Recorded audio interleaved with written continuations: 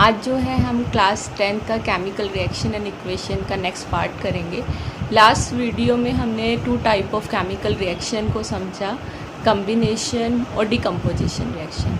Next जो है हम डिस्प्लेसमेंट और डबल डिस्प्लेसमेंट की ओर जाएंगे, बट उससे पहले 2 टर्म हैं जो हमें और समझनी है, वो है एक्सोथर्मिक और एंडोथर्मिक रिएक्शन। एक्सोथर्मिक रिएक्शन क्या होता है? एक्सोथर्मिक रिएक्शन जिससे हम ये बोलते हैं कि वो रिएक्शन जिसमें एनर्जी जो है वो प्रोड्यूस होती है, या हम बोलते हैं हीट जो है वो इवोल्व होती है। कुछ एग्जाम्पल जो हमने लास्ट वीडियो में भी समझे थे, जैसे रेस्पिरेशन है। रेस्पिरेशन में मैंने आपको बताया था कि जब आप फूड आप खाते हो वो आपकी बॉडी में डाइजेस्ट होता है और ग्लूकोज की फॉर्म में कन्वर्ट हो जाता है, और उसके बाद जो ऑक्सीजन सेल्स में प्रेजेंट है उसके साथ वो रिएक्ट करके कन्वर्ट होकर जो है क्या प्रोवाइड करता है हमारी बॉडी को? एनर्जी। मतलब रेस्पिरेशन जो होता है एक एक्सोथर्मिक प्रोसेस है। ये एग्जांपल हमने डिटेल में लास्ट वीडियो में समझा था। यहाँ मैं आपको एक एग्जांपल दे रही हूँ कि रेस्पिरेशन जो किसके अंडर आता है? एक्सोथर्मिक रिएक्शन के अंडर आता है। इससे अलावा देखिए, अगर एक एग्जांपल और मैं बोलूँगी, जैसे कि अगर हम क्विक क्लाइम जो है उसमें वाटर को ऐड करते हैं, तो वाटर को ऐड करने का तब वहाँ पर क्या होता है कि अगर हम एक बीकर में लेकर क्विक लाइम को लेकर उसमें वाटर ऐड करें, तो वहाँ पर उस बीकर को अगर आप टच करते हैं तो वो आपको गर्म लगता है। मतलब वहाँ पे भी क्या हो रहा है? वहाँ पे भी हीट जो है वो इवोल्व हुई है। इसका मतलब वो भी क्या है? वो भी एक तरह का एक्सोथर्मिक प्रोसेस है, या एक्सोथर्मिक रिएक्शन वहाँ पर हो रही है। अब इससे अलावा आपको दूसरी चीज़ क्या समझनी है? वो होता है एंडोथर्मिक रिएक्शन। एंडोथर्मिक का मतलब क्या होता है कि जहाँ पर हीट जो है वो एब्जॉर्ब होती है। जैसे कि हमने एक एग्जांपल डिकम्पोजिशन में देखा था कि अगर हम कैल्शियम कार्बोनेट लेते हैं और उसे जो है अगर हम हीट करते हैं, तो हीटिंग करने पर वहाँ पर एनर्जी जो है उसने एब्जॉर्ब करी है, और एब्जॉर्ब करने की वजह से वो डिकम्पोज हो रहा है, ब्रेक डाउन होता है किसमें? कैल्शियम ऑक्साइड और कार्बन डाइऑक्साइड में। इसका मतलब एक्सोथर्मिक क्या है कि जिसमें एनर्जी जो हुई वो प्रोड्यूस हुई। एंडोथर्मिक का मतलब क्या हुआ कि जहाँ पर एनर्जी जो है एब्जॉर्ब होती है। देखिए, ये जो 2 थे रिएक्शन वो थे एक्सोथर्मिक और एंडोथर्मिक रिएक्शन। इससे अलावा नेक्स्ट जो है हमारे पास टाइप ऑफ केमिकल रिएक्शन में वो है डिस्प्लेसमेंट रिएक्शन। डिस्प्लेसमेंट रिएक्शन को अगर हम जर्नल वे में रिप्रेजेंट करें तो वो हमारे पास ये आता है कि अगर हम एक जर्नल लें, A + BC give rise to AC + BC, तो इसका मतलब यहाँ पर क्या हुआ कि जो 2 रिएक्टेंट थे उसमें से एक A है और दूसरा क्या है? BC है। लेकिन A जो था वो ज़्यादा रिएक्टिव था, इस वजह से उसने B को जो लेस रिएक्टिव था उसको डिस्प्लेस कर दिया, रिप्लेस कर दिया, और जिसकी वजह से उसने बॉन्ड किसके साथ बनाया? C के साथ, और हमें प्रोडक्ट में क्या मिला? AC + B। तो कहने का मतलब ये है कि A वाला जो था वो ज़्यादा पावरफुल था B से, इसलिए उसने उसको निकाल दिया, और उसके बाद कहाँ पर आकर वो C के साथ जो है वो बॉन्ड बना लेता है। तो ऐसी रिएक्शन जिसके अंदर एक जो होता है रिएक्टेंट वो ज़्यादा रिएक्टिव होता है दूसरे वाले से, तो वो लेस रिएक्टिव को डिस्प्लेस कर देता है और नया प्रोडक्ट बनाता है, उसे हम डिस्प्लेसमेंट रिएक्शन बोलते हैं। इसके लिए देखिए, अगर हम एक एक्टिविटी करें, आपको एक एक्टिविटी और डायग्राम यहाँ पर दिया गया है कि अगर हम जो है आयरन नेल्स लेते हैं, आपको सभी को आयरन नेल्स के बारे में मालूम है कि अगर हम आयरन नेल्स लें और उनको हम फर्स्ट क्लीन करते हैं बाय यूजिंग सैंड पेपर, उसके बाद हम टेस्ट ट्यूब लेते हैं और हम उन्हें A और B मार्क करते हैं। टेस्ट ट्यूब में हम क्या करेंगे? दोनों टेस्ट ट्यूब में हम 10 ml कॉपर सल्फेट का सॉल्यूशन को हम उसके अंदर डाल देंगे। फिर उसके बाद क्या रहता है नेक्स्ट स्टेप? हम जो आयरन नेल हमने लिया है उसको एक टेस्ट ट्यूब, जिसे हमने पहली टेस्ट ट्यूब को हमने A मार्क किया है, दूसरी टेस्ट ट्यूब को हमने B मार्क किया है, और B टेस्ट ट्यूब के अंदर हम क्या करेंगे? वहाँ पर आयरन नेल को डिप कर देंगे with the help of thread, और उसके बाद उसे 20 मिनट के लिए हम रख देते हैं। 20 मिनट रखने के बाद आपको क्या ऑब्जर्वेशन मिलती है?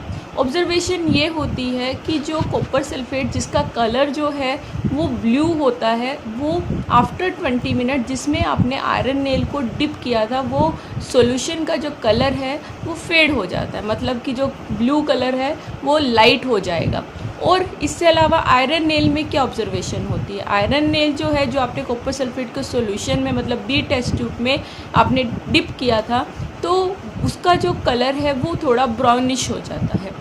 तो यहाँ पर अगर हम रिएक्शन वाइज इसे समझते हैं तो वो क्या रहता है कि हमारे पास क्या है, आयरन जो है वो क्या है, Fe जो सिंबल है उसका, प्लस हमने सॉल्यूशन फॉर्म में लिया, एक्वस फॉर्म में क्या है, कॉपर सल्फेट। मैंने पीछे भी आपको बताया एक्वस का मतलब ये होता है जब हम किसी सब्सटेंस को वाटर में डिज़ोल्व करते हैं। तो Fe plus copper sulphate CuSO4 give rise to, arrow हम डालेंगे, प्रोडक्ट हमें क्या मिल रहा है, FeSO4 एक्वस प्लस कॉपर। अब आप इसमें रिएक्शन में देखिए कि Fe ने किसको डिस्प्लेस कर दिया, उसने किसको डिस्प्लेस किया, कॉपर को। तो इसका मतलब Fe जो है वो मोर रिएक्टिव होता है कॉपर की कंपैरिजन। या इससे अलावा देखिए और एग्जांपल अगर हम समझें तो वो ये है, जैसे जिंक है, जिंक को अगर हम कॉपर सल्फेट के साथ में ऐसे ही रिएक्ट करें तो हमारे पास प्रोडक्ट जो बनता है वो बनता है जिंक सल्फेट प्लस कॉपर। तो यहाँ पर भी क्या है कि जो जिंक है it is more reactive as compare to copper, so that's why zinc displace copper. तो इसका मतलब यही हुआ कि जो जिंक था वो ज़्यादा रिएक्टिव होता है कॉपर से, इसलिए उसने उसको रिप्लेस कर डिस्प्लेस कर खुद क्या है, सल्फेट के साथ में प्रोडक्ट बना लिया। ऐसे ही एक एग्जांपल और लिख लेते हैं, जैसे कि अगर हम लेड का लेते हैं, लेड को हम क्यूप्रस क्लोराइड के साथ अगर हम रिएक्ट कराएं तो यहाँ पर लेड जो है वापस से कॉपर से ज़्यादा रिएक्टिव होता है। तो लेड जो है क्लोरीन के साथ रिएक्ट करके लेड क्लोराइड बना देता है और कॉपर को वो रिप्लेस कर देता है, कॉपर जो है एज अ साइड प्रोडक्ट निकल जाता है। तो इसका मतलब यहाँ पर जिंक और लेड जो है वो मोर रिएक्टिव है कॉपर से। अब आपको ये समझने को आएगा, मतलब आपको एक क्वेश्चन माइंड में आ सकता है, हम कैसे समझेंगे कि कौन सा वाला जो एलिमेंट है दूसरे से रिएक्टिव है। इसके लिए एक रिएक्टिविटी सीरीज़ है जो आपको लर्न करनी है, एक ट्रिक्स है उसके लिए भी।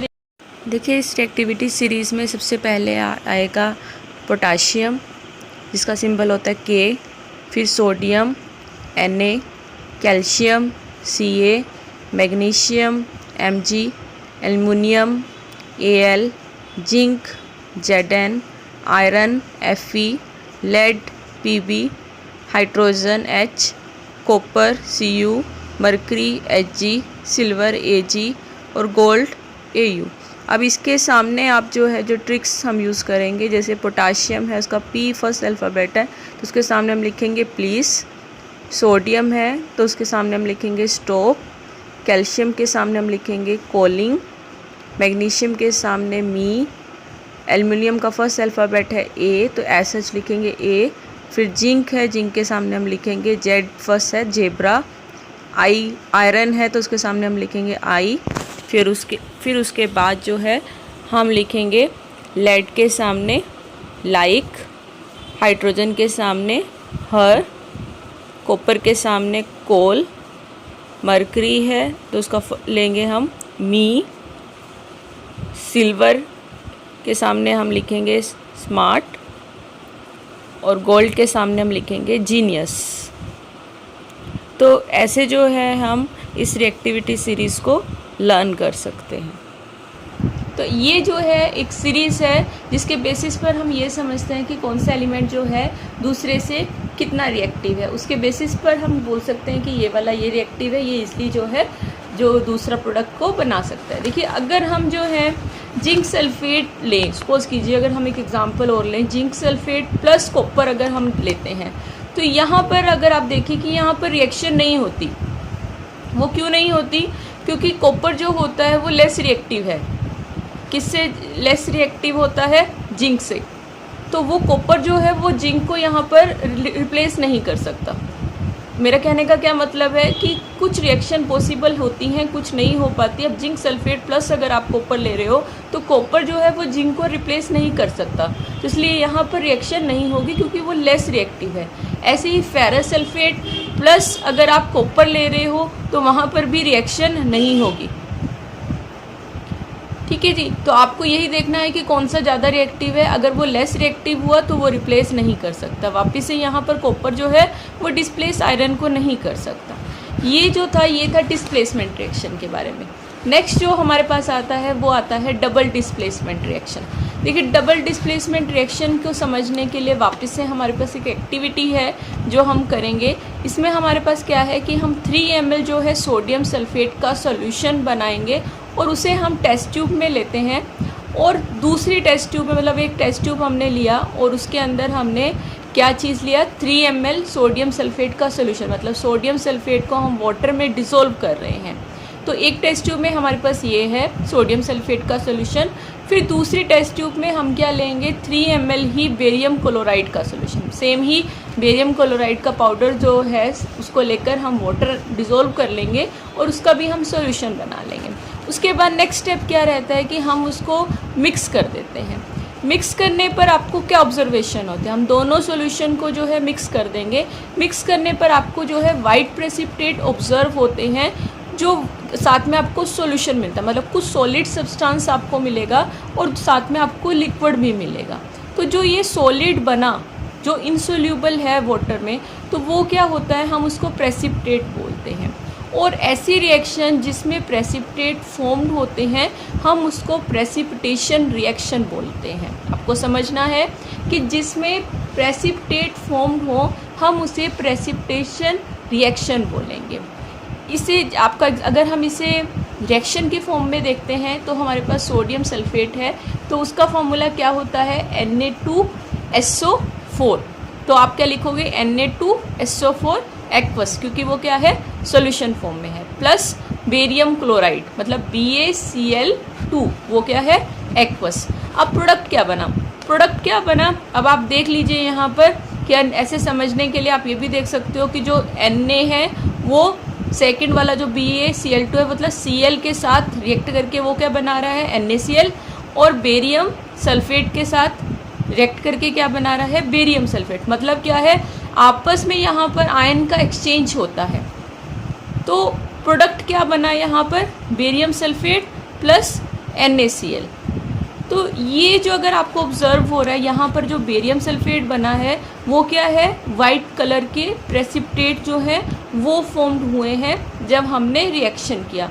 तो यहाँ पर आप चीज़ एक देखिए कि रिएक्शन मतलब दोनों जो हैं बेरियम वो क्या है, वो भी Ba2 पॉजिटिव, मतलब उसके ऊपर कौन सा चार्ज होता है, पॉजिटिव, और सल्फेट के ऊपर कौन सा चार्ज होता है, नेगेटिव, 2 नेगेटिव। तो और अगर आप Na और Cl देखें तो Na में भी क्या होता है, पॉजिटिव, और क्लोरीन के ऊपर कौन सा चार्ज होता है, नेगेटिव। तो पॉजिटिव वाला नेगेटिव के साथ और दूसरा वाला पॉजिटिव दूसरे वाले नेगेटिव के साथ, मतलब आपस में एक आयंस का एक्सचेंज हुआ। तो इस तरह के हम जब रिएक्शन को ऑब्जर्व करते हैं तो हम उसे डबल डिस्प्लेसमेंट रिएक्शन बोलते हैं। अब इससे अलावा देखिए कि हमारे पास जो नेक्स्ट जो टॉपिक है वो होता है ऑक्सीडेशन एंड रिडक्शन। देखिए ऑक्सीडेशन और रिडक्शन में किसको हम कैसे समझ सकते हैं, बाकी डबल डिस्प्लेसमेंट का जैसे मैंने आपको बोला बहुत एग्जाम्पल आपके हैं, तो कुछ एग्जाम्पल मैं आपको दे भी देती हूँ, आप इसको प्रोडक्ट भी बना के देखिएगा। नेक्स्ट जो हम जा रहे हैं वो है ऑक्सीडेशन एंड रिडक्शन। ऑक्सीडेशन का क्या मतलब होता है, देखिए ऑक्सीडेशन और रिडक्शन अगर हम लेते हैं, फर्स्ट हम लेंगे ऑक्सीडेशन क्या होता है। जैसे ऑक्सीडेशन, इसका नेम से ही आपको समझ में आ रहा है कि जिसमें हम ऑक्सीजन की एडिशन बोलते हैं, जिसमें ऑक्सीजन जो है वो ऐड होती है और हाइड्रोजन जो है वो रिमूव होता है, जिसे हम ऑक्सीडेशन बोलते हैं।